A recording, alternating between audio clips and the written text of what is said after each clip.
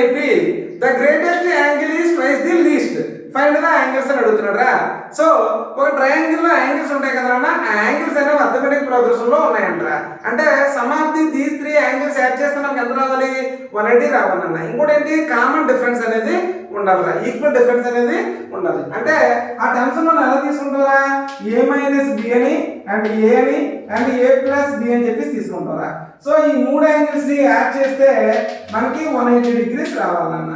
Plus d minus d cancel చేస్తే 3a equal to 180, 3 1s 360s అంటే a equal to ఎంత అన్న, 16 అన్న, 60 డిగ్రీస్ రా. సరిపోయిందా. ఇప్పుడు ఏమన్నాడు, సో డబల్ అంటే largest angle equal to double of smallest angle అన్న. అంటే a plus b equal to 2 into a minus b అన్న.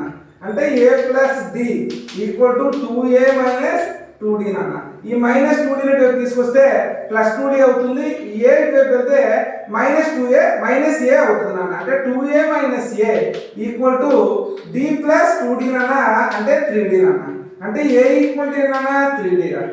ఏ వాల్యూ ఎంత వచ్చిందో మనకి 60 వచ్చింది అన్న. 60 ఈక్వల్ టు 3d అయితే 3 1s 3 20s d equal to ఎంత 20 అంటే కామన్ డిఫరెన్స్ ఎంత అన్న 20 అన్న. ఇప్పుడు యాంగిల్స్ మనకు కావాలా, ఫస్ట్ ఏంటి a మైనస్ d అన్న. a మైనస్ d అంటే 60 మైనస్ 20 ఈక్వల్ టు 40 అన్న. తర్వాత సెకండ్ యాంగిల్ ఏంటన్నా a ఈక్వల్ టు ఎంత 60 డిగ్రీస్. తర్వాత ఏంటన్నా a ప్లస్ d అన్న. అంటే 60 ప్లస్ 20 అన్న ఈక్వల్ టు ఎంత 80 రా. రైట్. సో అంటే యాంగిల్స్ ఏంటన్నా 40, 60, 80 అన్న. That's it. ఓకేనా.